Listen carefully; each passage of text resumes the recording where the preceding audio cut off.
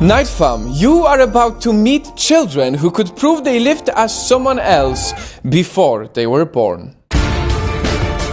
The following stories are verified by psychologists and they will change the way you look at afterlife. Let's start from James, who could prove he was a pilot who died in World War II. James was less than 2 years old when he became fascinated with World War II planes. He loved them, but the more he loved the planes, the more nightmares he had with him inside a crashing plane. To top this unusual behavior, psychiatrists diagnosed him with a PTSD disorder, which didn't make sense because James didn't go through anything bad in his life. And here is where it gets really creepy. At some point, James described the event. He said in his previous life he was James Houston, a pilot of a Corsair plane,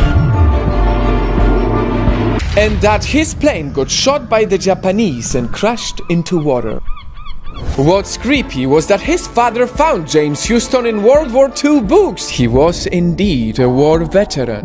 Most of the stories that James said about his past life matched to what his parents found in the research and eventually came to believe that the fallen fighter pilot reincarnated into their son. Next is Purnima, who believed she was a man in her previous life. It all began from her asking, "Where are my parents?" over and over. At first, her mother thought the girl was talking about her, but that was not the case. She was asking for her previous parents. See, at some point, Purnima started to talk about her previous life in detail. She said she was a man called Gina Dasa. Her stories were so detailed that she could describe her job as someone who made incense sticks. And finally, she said how she died in a traffic incident in her previous life. There was only one family that made the incense sticks that Purnima had mentioned. They found them, and perhaps the most chilling part, Purnima's story was verified. Jinadasa indeed died in a traffic incident. In the autopsy of Jinadasa's body, the bus had run over his chest. Purnima had birthmarks on her chest similar to the location of Jinadasa's injuries. Wow.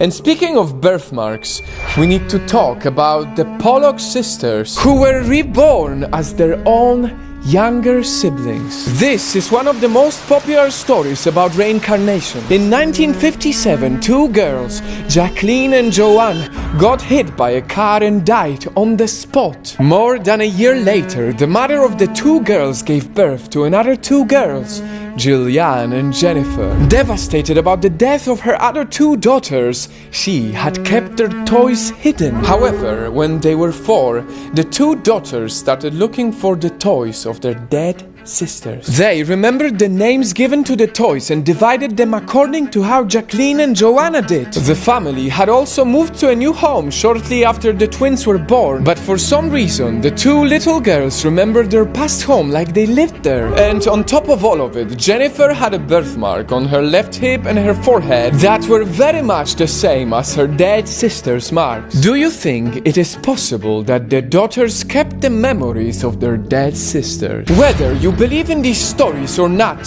I decided to share them with you because I deeply believe that you and me, we are on this planet for a reason. You cannot deny that there is something more to humans than just flesh. That there are things about us that we cannot explain. Take déjà vu, for example. Almost everyone knows how it feels to live through an event for the second time, yet we cannot explain it. It is truly fascinating and at the same time hopeful, because the existence of life after death can truly give us hope that there is more to life than we see.